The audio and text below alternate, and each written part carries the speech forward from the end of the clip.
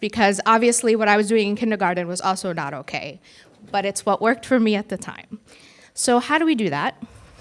I don't know. It's a work in progress.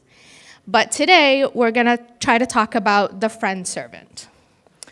So we're gonna touch on this verse from John 15. No longer do I call you a servant, for a servant does not know what his master is doing, but I've called you friends. For all things that I wrote that wrong, that I heard from my Father, I have made known to you. I apologize for the typo. So sometimes we think that service is just, teaching a lesson every 5, 6, 7 weeks, giving them an urbana, giving them a coloring page, kind of that's it. But true service is actually the relationship and the friendship you're forming with your students. So when I was doing research for this, I have no idea where this came from. So I don't have him quoted or her quoted, but I really liked it. It said, before he taught them, he loved them. Before he instructed, he connected. So obviously this is talking about Jesus. So we're gonna we're gonna give some examples of Jesus and his service and how he connected first before he decided to go out and start preaching. So we're gonna start off with the wedding of Cana. So Jesus, this was before he did anything. He was kind of laying low. He goes to a wedding.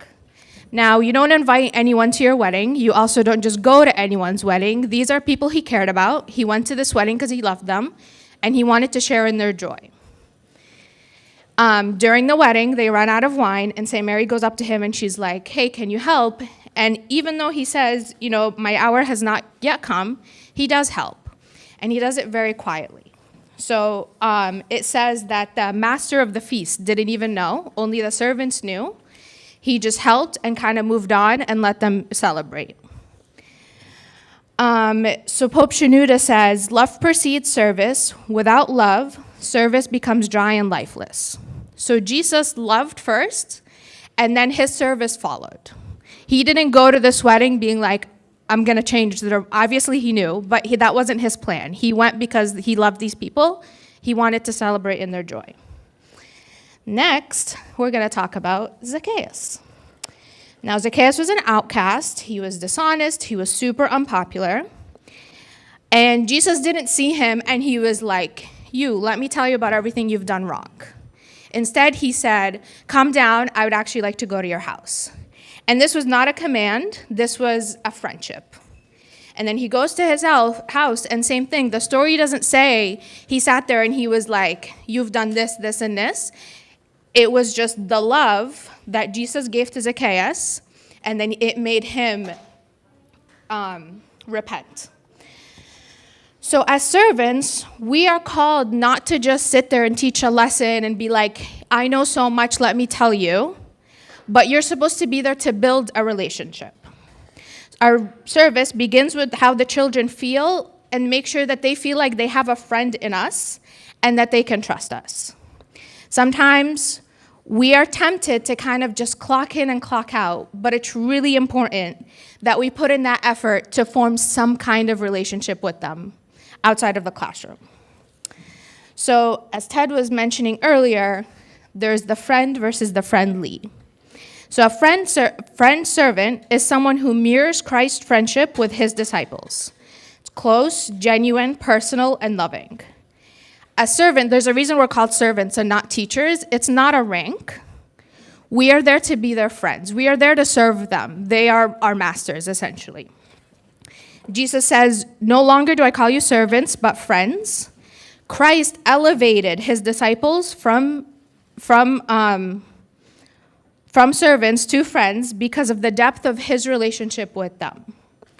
He, shared meals with them. He laughed with them. He prayed with them. He even washed their feet. That humility and closeness made his teaching take root in their lives. Instead of just, preaching them at a pulpit, kind of going home, he took time and spent time with them. Saint Shenouda, the Archminidrite, said, a true shepherd lives among his flock and knows each by name, just as the Lord knows his sheep. And this is what we are called to do. We are saying to these students, I care about you as a person, and not just like a student or a name on my roster. So why does any of this matter as a Sunday school servant? Why should we do any of this? So first, it opens their heart before their mind. So I know when I was in high school, and I can see it in my high school girls now, they're not gonna always listen to you if they don't like you. They have to trust you, they have to see you in a certain way for them to kind of accept what you're saying. And there's also the fact that a student might forget a lesson about forgiveness, for example, but if you gave it last week, I'm gonna forget it the second I walk out the door, but I'm not gonna forget when I messed up and you as my servant showed me forgiveness. That I will remember for the rest of my life. Next, it builds trust that leads to spiritual growth. So same thing, when a servant visits or calls or remembers a child's birthday, it's saying you matter to the church and that you belong. That trust makes them more open to spiritual conversations. Once a bond is there, they're open to learning and growing and sharing and just like coming, essentially.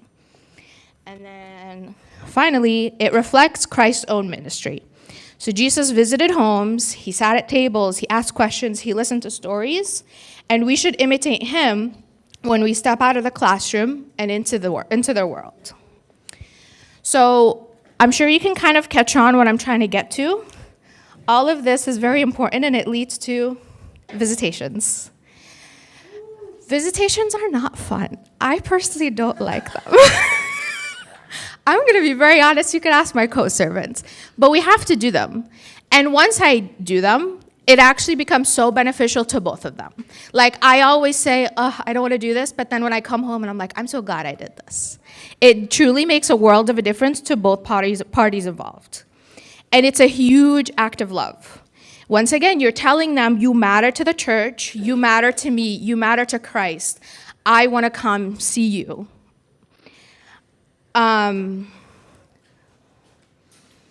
So there's other, I call them extracurricular activities, even though you shouldn't. So such as like activities and retreats and outings and all these things. But I do feel like visitations make a world of a difference because that one-on-two time is very important because you're going into their environment and allowing them to kind of control the situation where you're not the one standing by, the PowerPoint giving them a lesson. So before we keep going, if anyone knows me, knows that this is my favorite topic to talk about. We have to talk about boundaries. So being a friend servant doesn't mean you're their buddy. There's a healthy balance. It means a loving mentor who leads by example. You're not their classmate, you're their spiritual brother and sister. Children should feel comfortable, but still respect boundaries. They should feel safe and loved, but also see Christ through us. You can be approachable, but still having authority, which is all very important because sometimes you do get to the point where the children are a little too comfortable with you.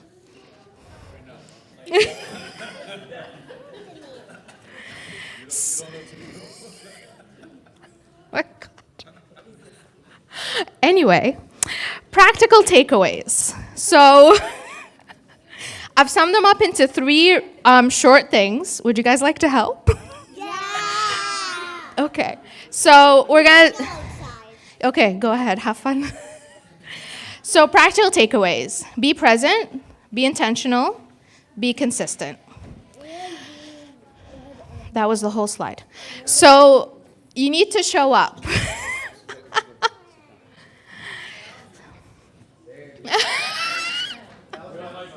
I actually paid them for that, thank you.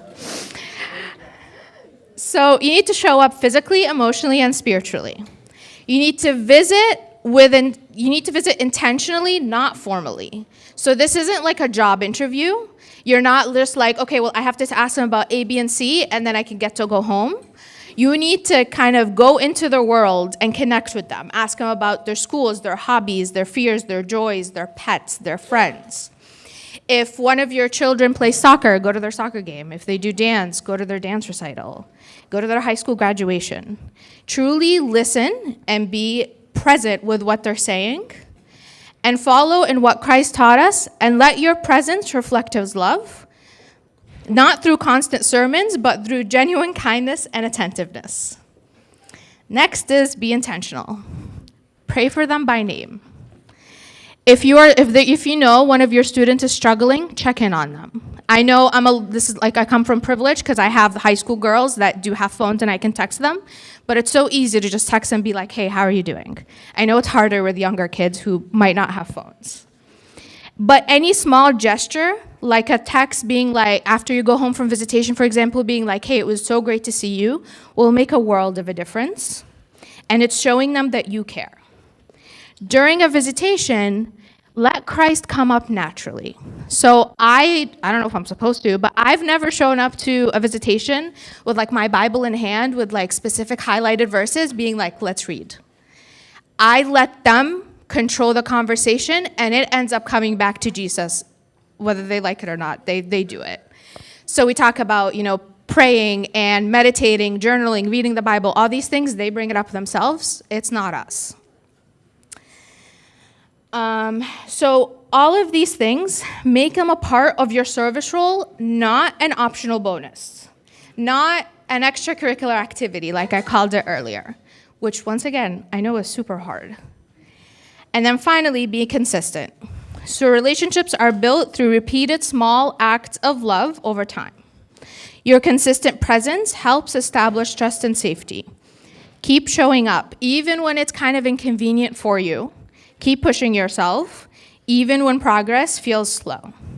You want to create an environment for them where it's normal to them to just be like, actually, I really want to call Sandra right now and talk to her about this. I think I've mentioned this in a servants meeting before, but in the 9th and 10th grade girls, we have assigned students. So instead of having 40 girls, that can kind of be overwhelming, I have my 4 or 5, and I'm always texting them like, Happy Easter, Merry. I honestly send them the same text message. I even put their name in them sometimes, so then you can copy and paste. And then it gets them to be like, oh, like they remember me, especially I'll save their birthdays on my phone. And they're like, wow, she remembered my birthday. I just saved it on a calendar, right? Obviously, I did this intentionally. But it can be such a small thing for you to do, but it'll be so huge for them. And at this point, I think I've been serving in my class for like 3 years. I have girls that used to be my responsibility still come and find me. And they just want to sit there and just talk about whatever. And it makes me really happy, because then you feel like all of your work has kind of paid off. And I do want to say this again and again, that this is not easy. And I have no idea what I'm doing as a servant, but we just have to be intentional that you go to sleep at night and you're like, you know what, I tried my best. And I'm doing this intentionally, consistency, I'm being present, and I'm doing everything that I can. I promise I'm almost done. So finally, we want to kind of return to Christ's example. Christ did not wait for people to come to him. He went to Zacchaeus' house. He met with the Samaritan woman at the well. He went to the wedding of Cana. He walked with the disciples. So we have to go to the students. And it's important to think, like if somebody were to go to one of your students and say, oh, tell me about Anna, are they going to say, oh, she's my Sunday school teacher? Or are they going to maybe say, she's my friend in Christ? And my mushy parting lines. Let's strive to be the kind of servant who love before we teach and who connect before we instruct, just like our Lord did. When we win their hearts, Christ will win their souls. That's it.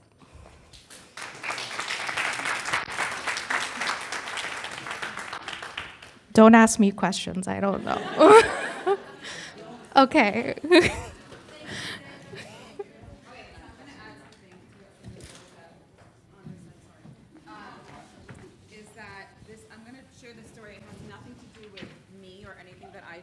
This whole idea of text these girls, they're your girls, we've been doing for many years. And recently, and we all have the kids that we text, and they never text us back. Hey, how you doing? I miss you. Happy birthday. And then a year later, it's like, happy birthday again, right? Like, so this girl came up to me and she apologized. Again, this is not me. This could be anybody. She's like, I'm so sorry. You texted me for like 2 years and I never wrote you back. I want you to know that it mattered to me and it made a difference. And she like has come back to the church for a variety of reasons, but she was far from the church. She came back. And she was so thankful for all those texts, even though she never texted me back. So I told her to pay it forward. But just so, in case you get like, it's hard when you're texting and it's just like all blue, or maybe green, maybe you're green, I don't know. But like all blue, it's, yeah. So I just want to share that. I personally used to ghost Mary all the time. And now like, it's karma. I don't know if we believe in karma, but it's coming back.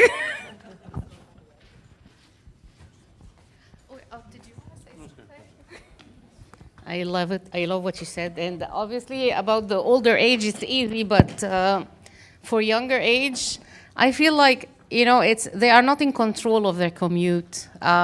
They finish Sunday school and they go home, or they just want to go outside and play with their friends.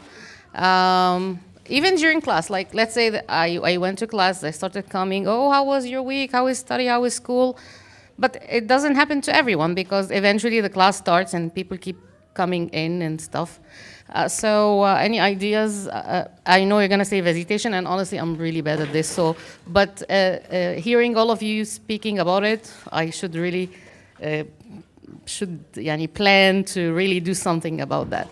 But and even the phone, sometimes I feel it's awkward. Like you're gonna talk to a second grader on the phone, like they will not even answer anything. Like, hi, how are you? I'm good.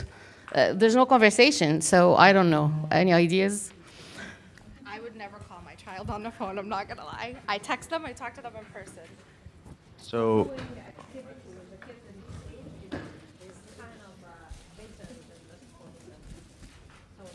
when there is like some activity, be sure that you are here for the class, involving in the activity, playing with the kids, sitting on the table and eating a meal with them. It will make complete difference. Especially the kids who never talked in the class. Like during the camp, it made big difference for when we pushed the high schooler to sit on the same table with the kids until they started to make communication. kind of to echo that question, but I personally think that, at least I'll speak for myself, that taking an inventory of each one of my kids and going just past the 21 question game of how's school, how's family, how's whatever, is really detrimental, at least in trying to build a relationship with them. I believe that I think I'm gonna be building this relationship by asking these questions, but we're just going through, it doesn't feel personable. It doesn't feel like special. It doesn't feel unique. So I would almost ask everybody if there are ways that you personally take inventory of special things that these kids do and things that you see that they talk about with their friends, and then inquire about, like, to do that maybe better, or I guess that's my question, is how other servants maybe make those connections to those kids and build those relationships to make them a little bit more personable by taking inventory. So I don't know, I'm learning, so.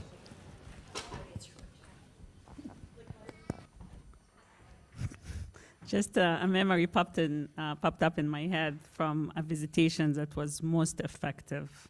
It was the servants just coming in and playing PlayStation with my child, and it made the most impact on him and how he relates to the church and want to be in the church. Just for coming in and playing PlayStation with them. That's it. I actually, to piggyback off of that, I'm gonna shout out my brother. So we left Egypt when he was 12. So that was 7th grade. So this happened before 7th grade. So when he was young, I know his servants used to literally go to my parents, be like, hey, give us some money, we're gonna take him to McDonald's kind of thing. Because they're young, they might just not have the money, but they have the time. So my parents would just give them money, he'd take them out to lunch. And to this day, Samer's now, I think like 35. Every time we go to Egypt, he's like, I need to go find them. And like, I don't know if they remember him because Samar does not look the same, but he's like, I know where they are, I know where they live, I'm gonna go find them. So things like that, that could be small and it's like an hour of my week, can make a difference. Actually, that's funny because it reminded me. So I haven't been in Egypt for like 20 years, and I finally went last summer, and I didn't expect the lead servant in St. Mina's church. Actually, he knew that I'm there, and he made every effort to come to church and meet me, even though he stopped going to that church. Like he's teaching and serving in a totally different church, but it made a huge difference to me even as an adult. Like, because I remember him since I was in kindergarten and elementary school, and he used to give us the song, and then we would go to our classes. And it was just awesome to see he's the head of servants and he's coming to meet me and my family. I just wanted to share that. So I wanted to say a couple things. So thank you, Sandra, it was great. And I'm more of the challenge I think we all have, and I'm speaking for myself also, is the stories that were just shared were all stories from Egypt. Okay, maybe Sally's the only story that was here. But I think this is a problem and a challenge on so many levels, is time for the servants. All of our servants have families. Our schedules by itself is already busy. On top of it, you have church schedule. On top of it, you want to try setting up visitation. I know some classes, even for middle school, some classes are very consistent that we do weekly visitations. And some classes, I don't think you've done a visitation for the past 3-4 years. So it's kind of this catch-22. First and foremost, I don't want anyone to feel guilty, because I think at the end of the day, God knows your time commitment and knows how much you're able to give. So if you're only able to give a 20-minute lesson on Sundays, and that's honestly your honest effort, glory be to God, may God reward you 100-fold. If you have the ability to spend more time, glory be to God. So I just want to start by saying be very careful, because I see it in confessions. Some people come always in this guilt feeling. I'm not doing enough, okay? That's number one. Number two, I think the expectation varies from the different families. Families that were maybe brought up in Egypt, they have the expectations that servants are not doing enough here in America. And then, like you just said, every story, oh, my servant in Egypt, my servant, like my Tasoni, my uncle in Egypt, and they're still following up with them. I have an adult who confesses with me, but in her confession, she tells me that everything her Sunday school teacher, like she still calls her Sunday school teacher in Egypt. It gets their opinion first, even before they come for confession. So it's a very hard balance. And I want to start by saying, you have to just be honest with yourself. If you can, glory be to God. If you can't, glory be to God. Because I think a guilt-driven service is not going to be a healthy or productive service. Can we do more? Yes, we can. This goes back to this lecture we just had about teamwork. Can we have better teamwork or cooperating together as servants to maybe make the effort to do visits? Sure, we can make those efforts.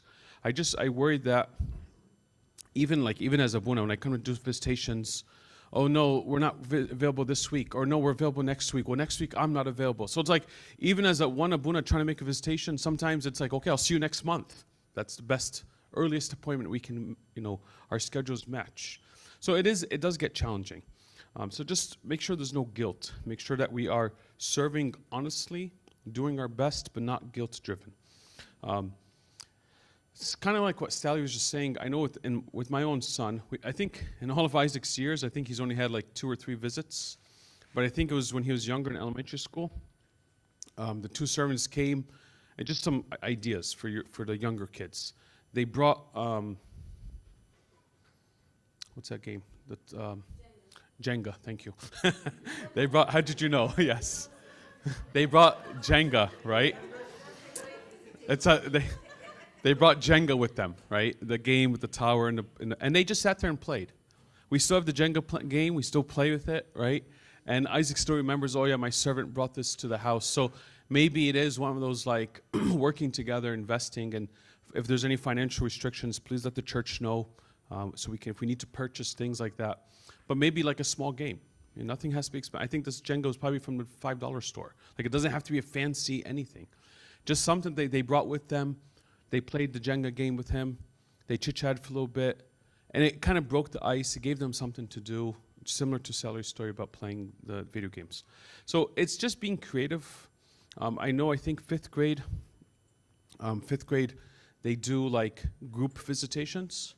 So they don't visit just one person with the servants. They'll take 3-4 kids with them to visit another student, or they'll take like 3-4 students out to like just ice cream for an hour or so and back. So this way you're able to do, so it does take some thinking outside the box, being a little bit creative in visitations.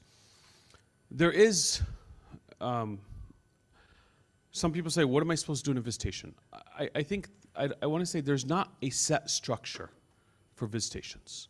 Every visitation is going to be a little bit different. Every family is going to be a little bit different.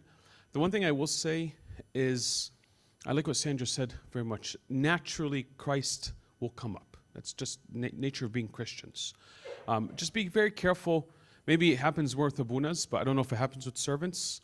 The parents wanting to complain about their kids, right?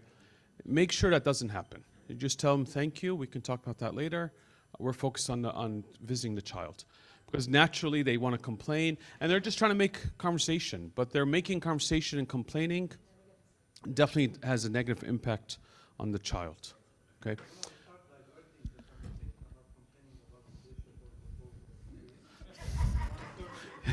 Yes. You go bring, bring Sharif with you. Bring Sharif. And I want to say one, there it is. You have something to add? Yeah. So sometimes parents do come after Sunday school and ask, how was my child in Sunday school? Fantastic. Well, the thing is, sometimes what the children's behavior at home, it differs from outside the home. So what we see, we might not see what the parents are complaining about. So I think we might, as servants, every once in a while, we might want to check on the parents as well as the kids. That's a good point. So sometimes parents see something different than what we see, so it's good to know. I just want to add one more thing to Sandra's topic. It was very, very good. And I think that idea of being a friend to the servant, to the kids, it goes back to the teamwork. It goes back to each one of us a little bit different. I only can connect with a handful of kids. The next servant can connect with another handful of kids. It's very hard to have this impression I'm supposed to be the servant that connects with every kid, because it's not practical, it doesn't work. Okay? So I think I want to really encourage the teamwork amongst the servants, the collaboration amongst the servants in order to serve. Okay? Because not every one of us are always going to be liked by every kid. For many different reasons, but it's how can we work together? How do we know, hey, this kid maybe is not comfortable with me, or I can't handle this person's shittiness or whatever. Maybe another servant can. So it's constant collaboration, cooperation, communication with the servants in order to best serve the children, okay? Those are just some things. The servant who's giving the lesson, he's focusing in delivering the lessons, and he will fight with the people who does some dawsha وكده. So one thing I learned, like Abuna Angelus Bishara was always said, come to the lesson to show Christ to the kids, not to deliver the lesson to them. Because if you want focus, and I حضرت lessons, I prepared it, I get they have to listen. They will not listen, you will not deliver a lesson, and they will not benefit out of it. So it's just this kind of connection with the kids is more important than giving. I think to add that, Lillian, sometimes you'll find if we're not well prepared, we're easily frustrated in the lesson. I think that also comes back to how well you're prepared. If you're prepared and you're somewhat comfortable with the material, if there's a little bit like shittiness in the class, I see it in my own Bible study. Like the Bible studies I'm fully prepared for, the kids can jump off the wall, I'm fine. The Bible studies where I'm like, I didn't get a chance to finish, I was lacking, I find myself being a little bit more frustrated with the kids. So definitely how well you prepare your lesson reflects in your frustration with the kids. Kids love the Bible study, by the way. We'll see. Okay, I want to just add one thing. take advance when you see your kids out of the Sunday school, maybe Saturday in the Vesper or a Monday during the Bible study, memorize their name and just say, hi, good to see you, good to come to see you in the Vesper, God bless you, you know, just small thing. Don't let them just go in front of you without saying hi. Thank you.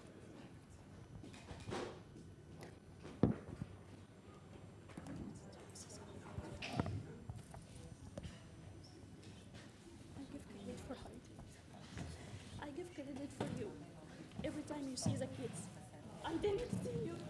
Come on.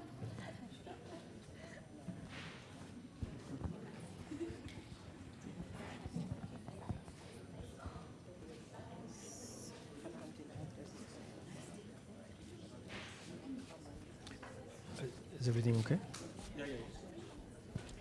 So, So sorry, Ted. We need to interrupt the day for a very special occasion. To the people.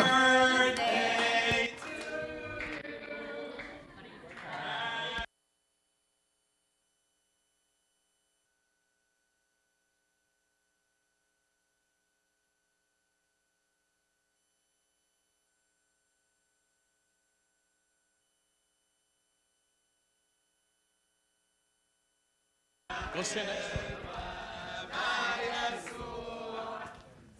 سنة حلوة مع يسوع سنة حلوة سنة حلوة.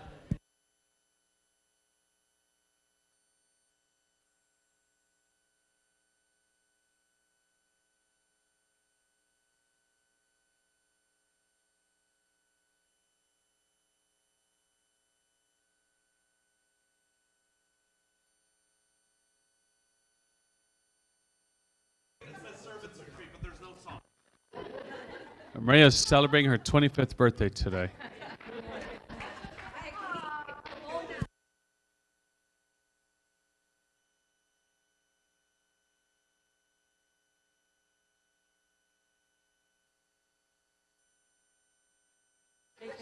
Vina.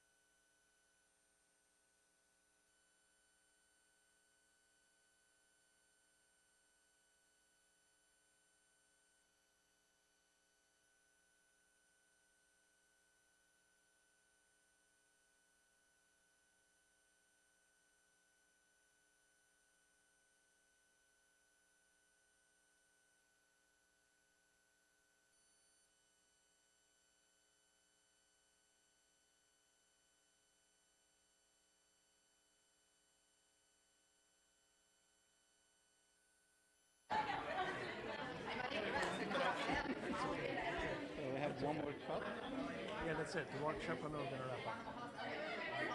So we're back on track. Yeah, we're back on track. Should I just let it go for a little bit, or do I say, should I let it go for a little bit, or should I just give them 5 minutes we start it? We can make an announcement 5 minutes and we'll start with the cake. Hi everyone. So Heidi.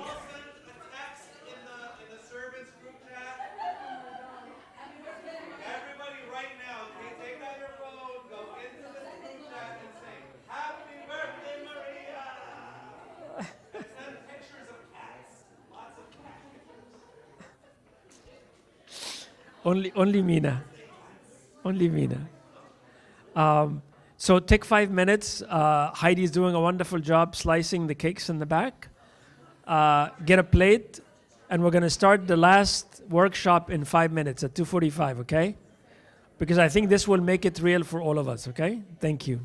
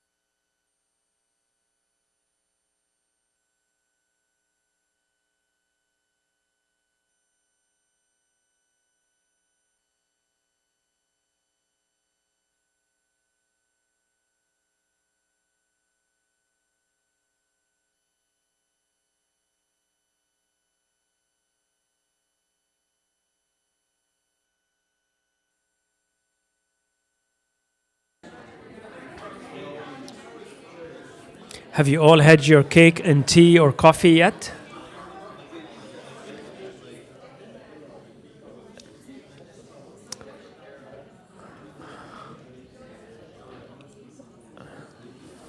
If you have not done so, grab a coffee, grab a tea, grab a slice of cake, and come back to the table. We're going to start in a minute, okay?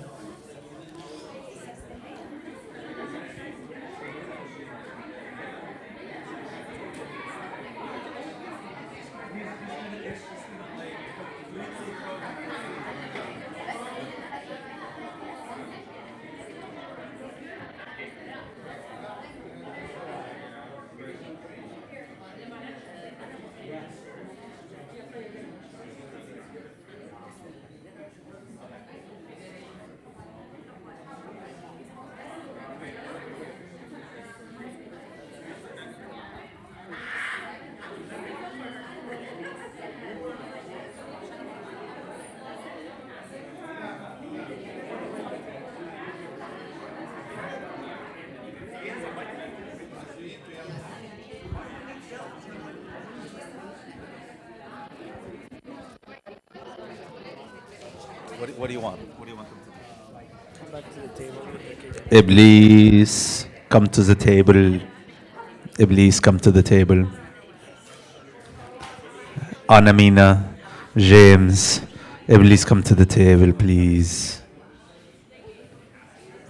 You just need to say please.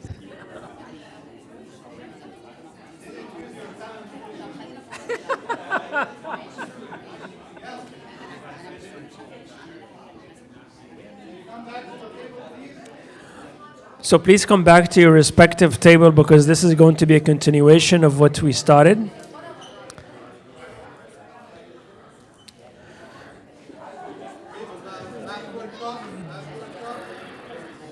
So I'm happy to say that we're almost back on schedule, just a few minutes late, and we're going to make it worth your while. So right now we're in work. This is the third and final workshop.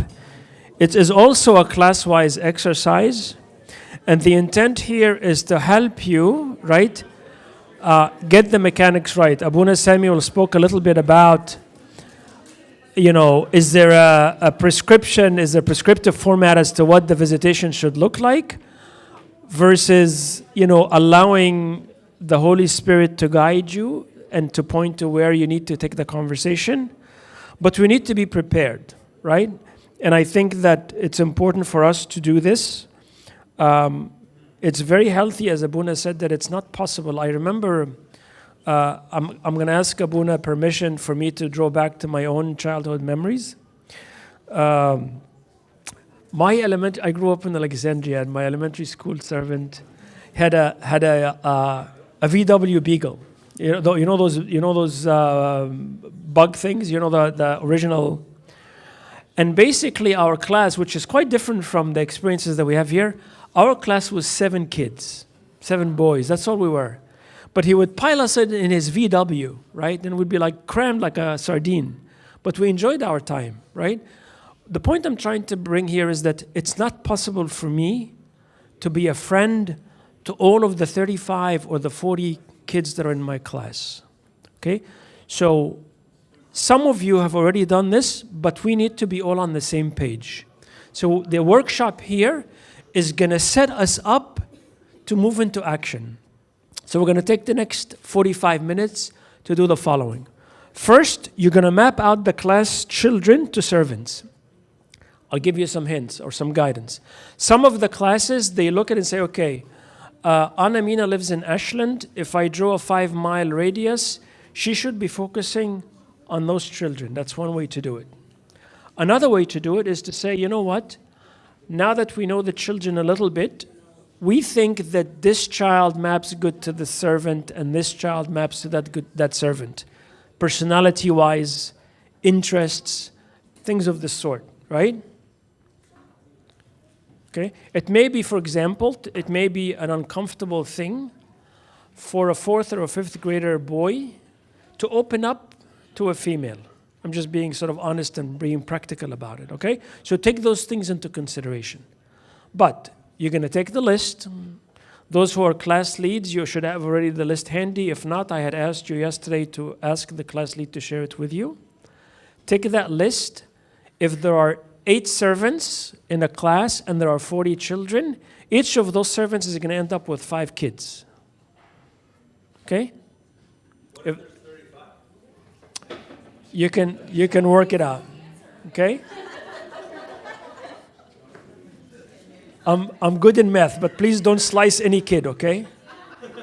Don't slice any kid, okay? Don't do it.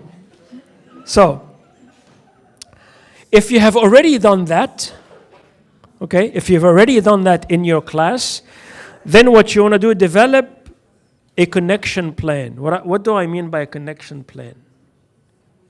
So, which you think is a better option? Early in the year, while the weather's still nice, we do an outing with all the class together. But all the servants need to be present. This is not an option to say, well, I'm busy. No. You take something else out of your schedule and you dedicate that time such that the whole class sees all the servants. You use this opportunity to start the connection. Rather than saying, I'm going to start with a visitation in a one-on-one format where I really don't know the kid, or I don't know the child, or I don't know the youth. Use those outings as an initial way of breaking the ice. And use that time to start to learn about them. Then you say, okay, here's my list of 5. How do I plan to connect with them? Maybe we're living in a different time. So visitation in the 1970s, when I was a kid, did not involve any pagers or mobile phones or even landline phone, for that matter. So the visitation took a certain form. We live in the, it's 2025. The modes of communications have changed, okay? So I recommend that you put up those children on speed dial. There's just 5 of them or 6 of them. So you have them handy. You know their names. And you're going to pray for them by name. Just like you prayed for your fellow servants by name, those are the 5 or the 6 or the 8 that you own. You're going to pray for them. First step in the connection plan. Then you ask God, what's the best way for me to do this? Some of you may or may not know this. I started the service here in St. Mark with 7 and 8 boys. I don't see Mark, but I see Ehab. That group is a challenge and a half, yeah? But they are also a blessing. Because I can rewind the clock and remember when I was in 7th and 8th grade, right? I was no better. We're all the same, right? But we just have grown. So part of that connection is that I need to bring myself to the child. I'm not taking, Ted, the electrical engineer or the technology consultant to that kid. No. I have to connect with them at their level. So my connection plan ought to be part of the connection plan. Okay? How am I going to engage with them? What's my question? So, sorry, you wanted to... Oh, you're playing Ted Bingo. Okay. You haven't said vis-a-vis today. I have to sneak it in. It's okay. Try to work it in. Okay. I'm almost at bingo. Okay.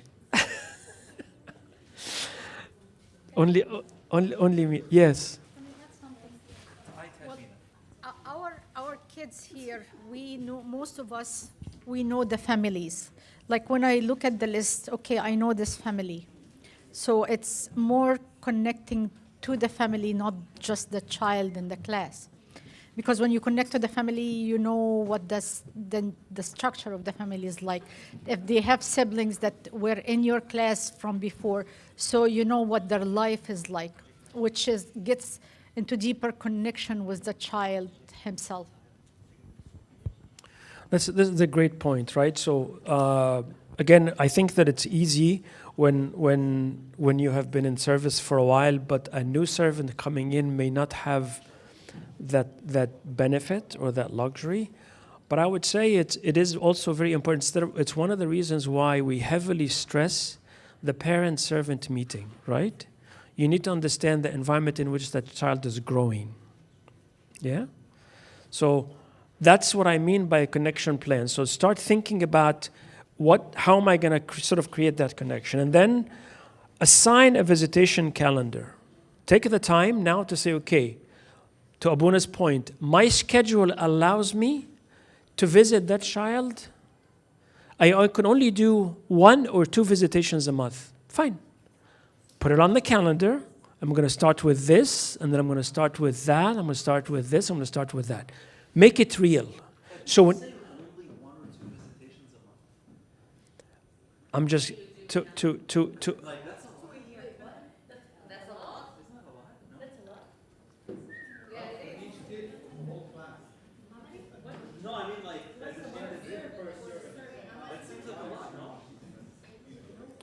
visiting 1 child a month is too much?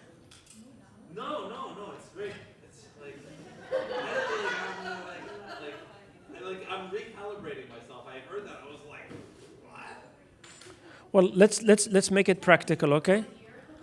Let's make it real. So if I end up with 8 children on my list, and I visit them less than once a month, I may or may not finish my list in a year.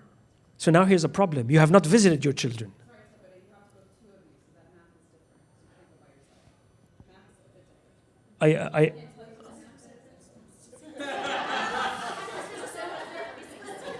Sorry?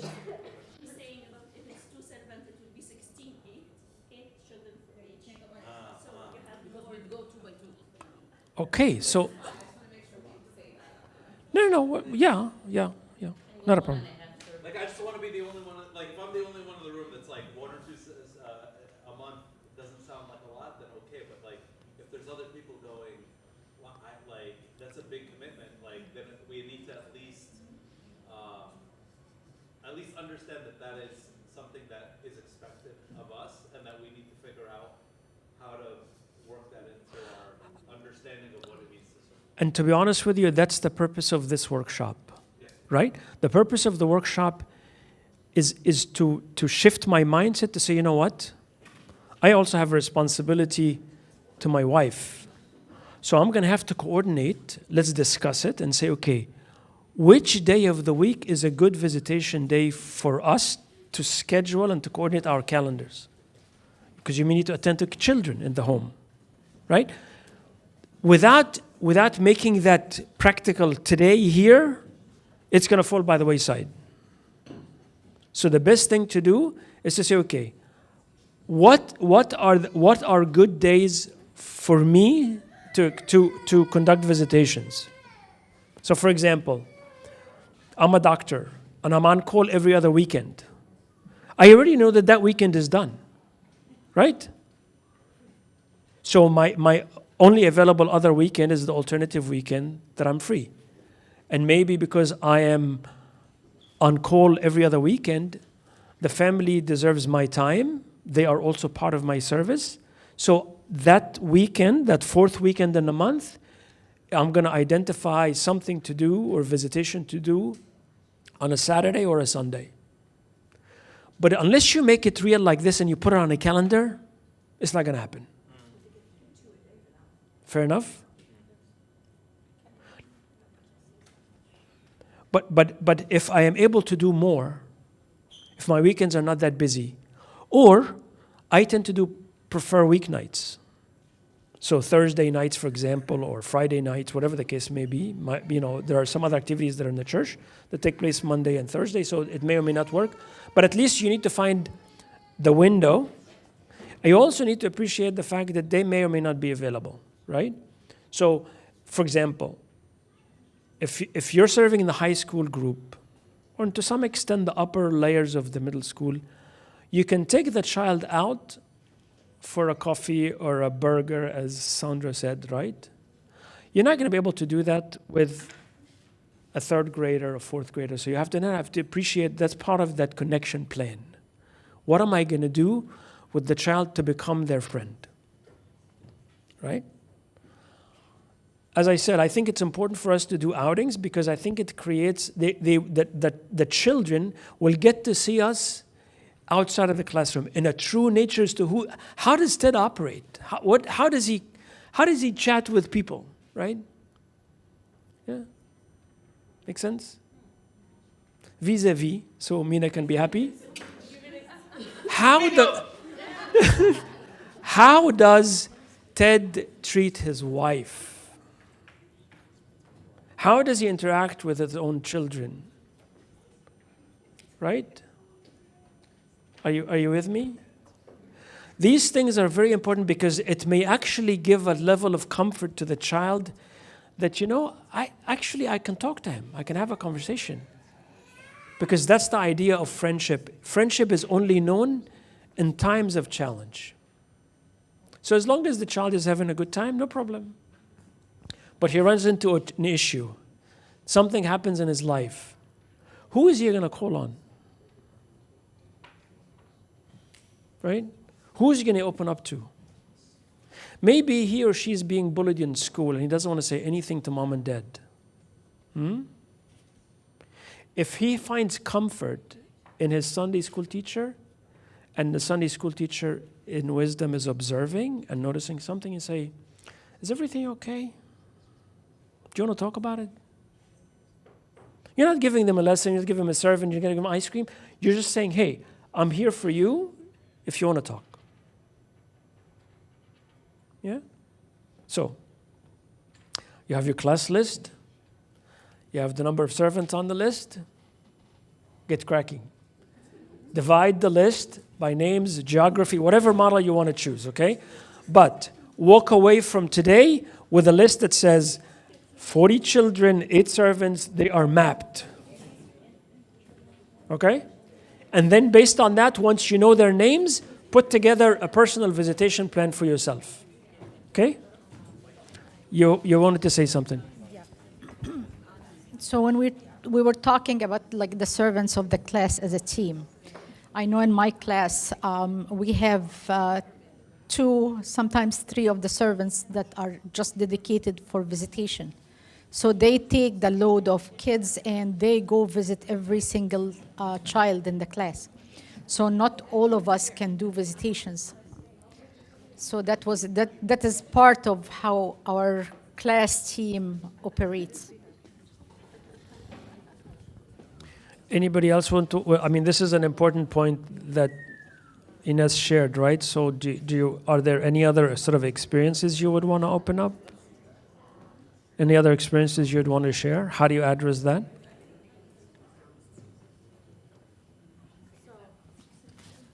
I'm just wondering, what about if do we have to be 2? Like sometimes it's really difficult. If you can't be, sorry, can I just say, I think you should, but sometimes if someone in your class isn't available, sometimes, what if you, like a sibling, like you take someone from another class, like if they have a sibling, and then, like, then they can go together, visit the 2, you know what I'm saying? Yeah. Yeah, I feel sometimes it's hard. The parents are not, like, the parents busy too. So what about if it's an outing and I can take one of my girls, like, to Starbucks? Like, it even was like in outdoor, like. No, in an outing, all of, as I said, it's very important. Please hear me on this point. You may or may not appreciate what I'm trying to say, but please construct an outing in which all of the servants attend. It's going to leave an impression in the mind. Sorry, just 1 second. It's going to leave an impression in the mind of a child where there's an outing, we're getting together as a family, and Ted decided not to show up. Hear me out. This is very, very important. Okay?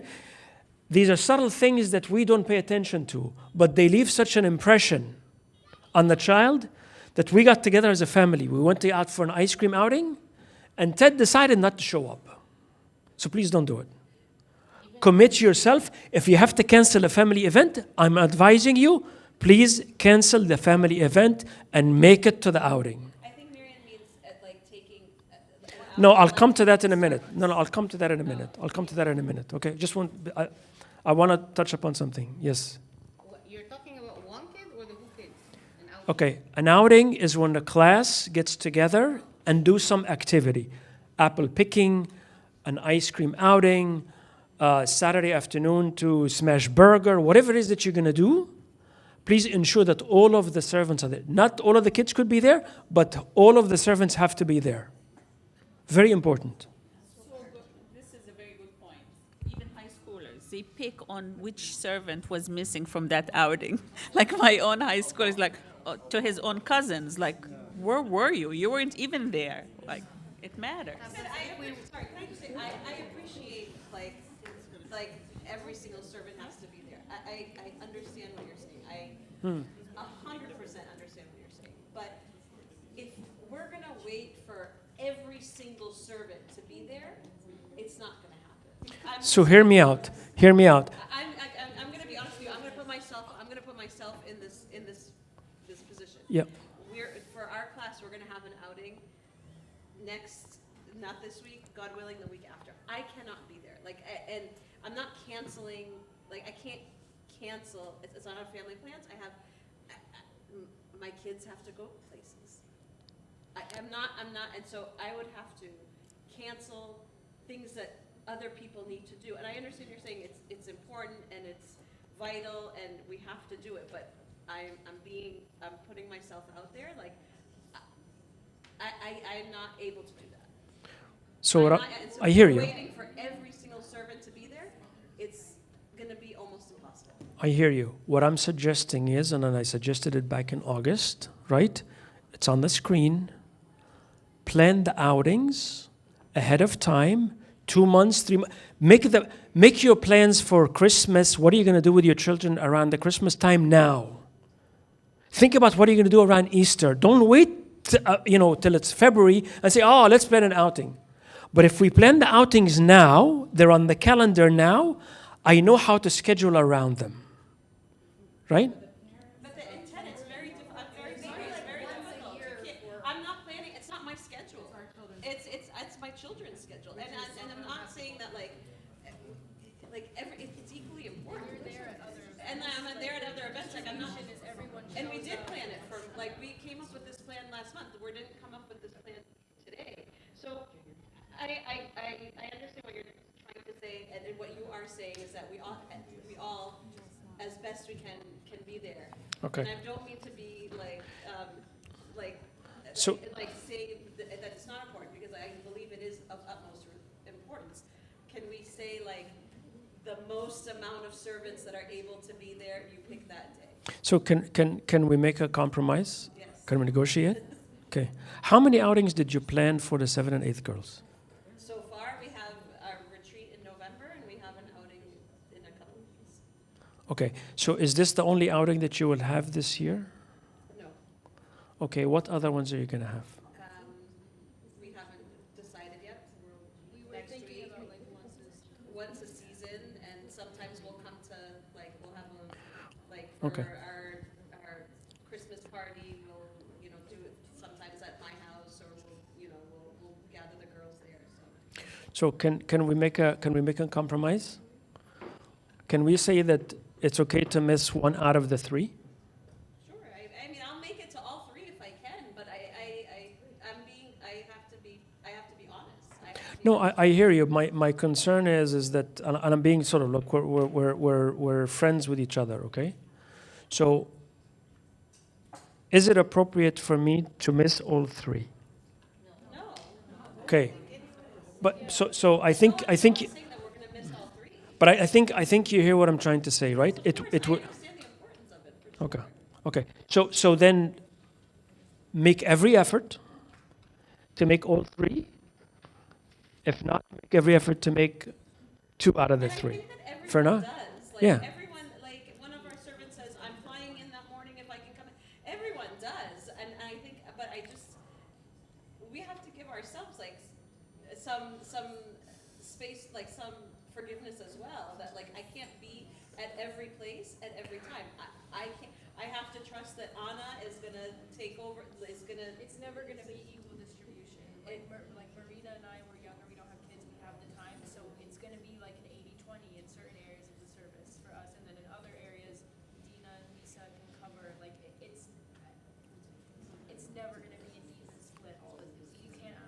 Okay. All I'm saying is, if we do this, we better our chances of being there because it's on the calendar. So let's take the time, right? Divide the class, figure out how you're going to connect with your children, lay out the outings and the retreats, and put them on your calendar. I just had a question in regards to, let's say there's an outing or an event that most of the servants can't make it to, due to circumstances outside of their control, but there's a majority of kids that still want to be there. At what point is it, and I'm sure people are of different opinions, to either cancel or reschedule the retreat until there's an apt number of servants that are able to also be in attendance, or to outsource servants and help beyond, our specific class, like let's say the high schoolers? I should ask myself, why am I holding a retreat in the first place? So if I'm not there, what's the point? Are you getting my? This is not about a checklist that says, I've got my 8 kids. I check. Visited. I'm done. If that's the case, then don't do it, because the child will sense it. The child will know whether you're interested in them or not, right? Do you see my point? I see your point, but I guess it's more. So. Is the event worth it for the kids because it is a fun event?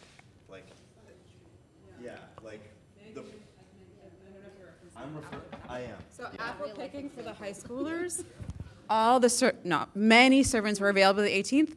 The kids were not. They are available the 25th. There's enough servants to take them on this. Not as many, but there's enough that it's safe. There's enough drivers. It's the event and it's the fellowship, right? It's not just about, part of it is the fellowship with the servants. Part of it is fellowship with each other.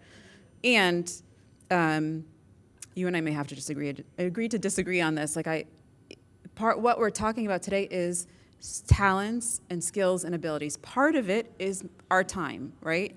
I wish that I was not coming to things because I plan stuff for myself. That is not the case. It is all my kids' stuff. And someday that'll change, and when my kids go off, I'll have more time. But we need to just honor that people have different amounts of time, and that's part of their skills and abilities that we were just talking about. Do you know what I mean? It is not willful, the people who have things for their kids not coming. It is not willful. I am sure that that's not the case. What I'm trying to say is, no, it's not. I'm trying to better our chances. If we don't do this, is it better to do this or not do this? That's the question. It's better to do it, but it's So. It's not. But for me at least, it's better to have it with 5 out of 6 rather than not have it at all. Okay. So can I, if you allow me, then I'll give the mic to Shi if he wants to say something. What is holding you back from figuring out what outings you're going to do in December and March of 2026? Nothing's holding us back, but from attending, yes. No problem. So I'm suggesting let's start by putting it on the calendar, and let's communicate and say, you know what? We all know now. I think we improve the chances of 80% of the servants attending, as opposed to 60% or 40% of the servants attending, because we scheduled it early enough. It's on the calendar. I can move things around. Yeah, we may not get to 100%, but at least I improved my chances of getting 80% attendance from the servant. Okay. Okay. Okay. It's just I guess for me it was if you don't have 100%, don't have it. I'm not okay. in that. Okay. So if you may allow me, Ted. Yes, it's important to be all present, but there are different sorts of presence, like an electronic present, for example. Maybe I cannot be in the apple picking, but I can FaceTime a couple of kids over there. I miss you. I wish to be with you.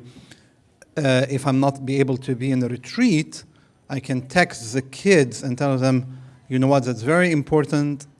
I wish I can be with you, but I will. What about you? Tell me, what did you learn in the retreat, or what fun stuff did you do in the retreat?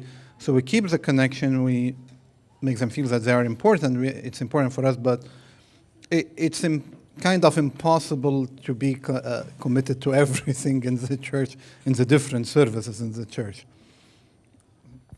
Can I ask a different question?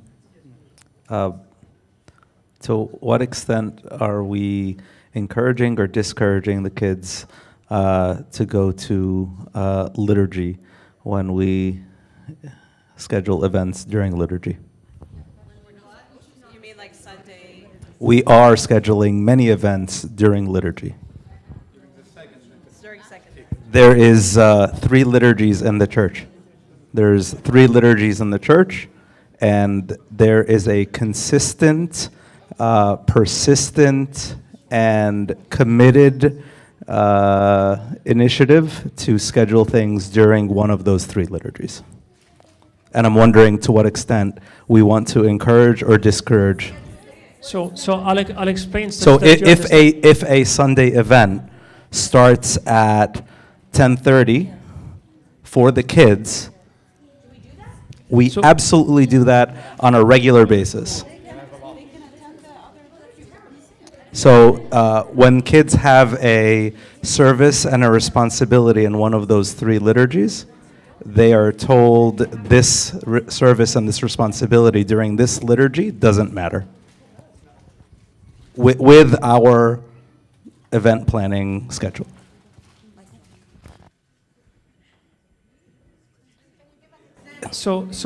An example is tomorrow the 7th and 8th grade boys are going apple picking at 10:30.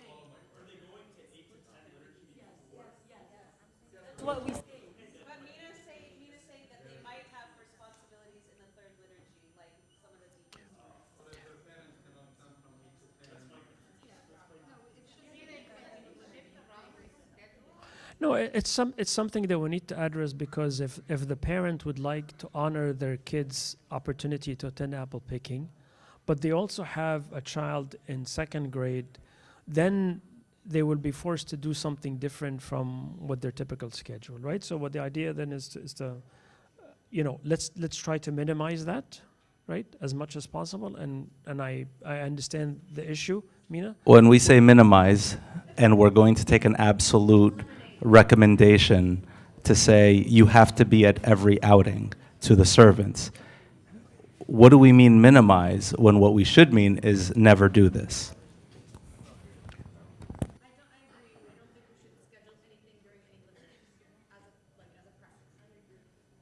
Okay, so we'll provide that feedback to the fathers and the family leads, and we'll ensure that happens. Okay. Now, I'm sorry, I know that you need. But I want to go back to Marianne's point, right? You heard a very loud, very stern no, right? We live in a different time, right? Never give an opportunity to the devil to operate. So the reason why we stress Christ himself sent them 2 by 2, and there is a reason for that. Okay, we live in some challenging times in which statements could be made about somebody interpreting a situation that never happened, or something happened and we did not take notice. This is for the child's protection and for the servant's protection, right? I'll say it to you. I will make myself available if you need support in visitation. When you think it's appropriate. I may not be a good candidate for visiting a 14-year-old girl, okay? But try to stick with that rule, that to a minimum of 2, okay? To protect against any possibilities of something going awry and giving an opportunity for the devil to play games, yeah? Is that clear? I think you can fill between the dots, right? Or fill between the lines, yeah? Okay. You had something? Question actually, because Oh. I was feeling that it would be much easier and efficient if I just let an appointment and go. I know, but obviously. We can maybe if you take, like I said, take someone from a different class. Like if you know that they have a sibling in 7th and 8th grade, reach out to the 7th and 8th grade servants, and maybe someone, like one person is free there, and then Okay. Can we take a stab at this? Okay. You have your class list divided amongst yourselves, and then take the name and figure out how create a connection plan. How you're gonna go visit. What you're gonna do. Put it on a calendar. Put an action plan for yourself. Okay.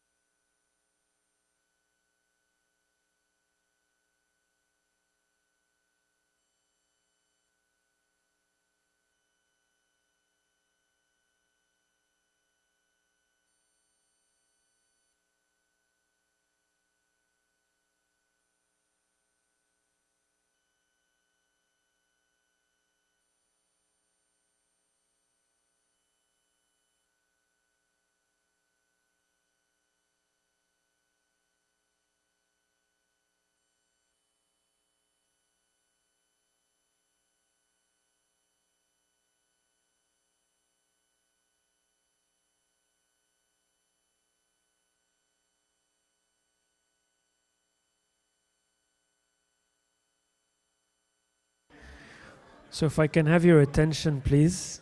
If I can have your attention. So it's now 3:45, 3:46, and I'm very, very thankful for you to kind of stay the extra minutes. Much appreciated. I hope that this exercise give you the opportunity to at least, move the ball down the field a little bit, and kind of set yourself up and the service for success by connecting with the kids. Continue to do this. If you haven't been able to finish the whole list, at least continue to make progress. But obviously it's we're approaching 4 o'clock, and I'm very appreciative of all of the time. Any sort of thoughts or feedback or comments before we wrap up? Thank God. Thank God. Okay. That's the part of that service retreat, is it needs to be practical, right? It needs to apply it. So we help each other in the service. So God bless you all. Let's stand up to pray.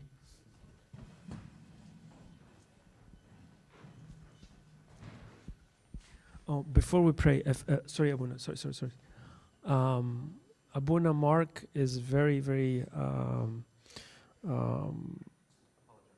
apologetic about not being able to make it. He's not feeling that good, but he sends his regards to all of you, and he has actually been watching, on and off on the live stream. So he would have loved to be here with us, but some situation is holding him back. Okay, thank you. In the name of the Father, Son, and Holy Spirit, and God, amen. Through the intercessions of the Holy Theotokos, Saint Mary, Saint Mark, and all saints, we ask, Lord, to finally make us worthy to pray thankfully, saying, Our Father, who art in heaven, hallowed be thy name. Thy kingdom come, thy will be done, on earth as it is in heaven. Give us this day our daily bread. Forgive us our trespasses, as we forgive those trespass against us. Lead us not to temptation, but deliver us from evil one. Christ Jesus, our Lord, for thine is the kingdom. Love God the Father, grace, only God, Son, our Lord God and Savior Jesus Christ, the coming gift of the Holy Spirit be with you all. Go in peace, Lord, be with you. Just an announcement for next Saturday. I don't know if you guys attended the liturgy this morning, but we're announcing next Saturday is a little bit different. Liturgy will be from 7 to 9, not 8 to 10. Also, His Grace Bishop Ilarion from the Red Sea will be praying the liturgy from 7 to 9. Also, next Saturday, the Egyptian General Council will be here to meet with all Egyptians in Massachusetts. They will be doing Tawqid, Rakam County, all the stuff, paperwork. So if anyone has paperwork that they need to do for Egypt, please. We're going to send out a message today, but we just want to make sure everyone starts to know. Okay, so next Saturday is a little bit different schedule, but if you do have paperwork that needs to get done, please make sure you start to plan ahead. Thank you. There's some leftover food in the back. Feel free to make yourself a takeaway plate. I think there's a little bit of a salad, maybe some chicken, there's some cake, and then obviously fruits in the back. So help yourself to whatever you'd like, okay? Huh? Yeah, we can take it out, yeah.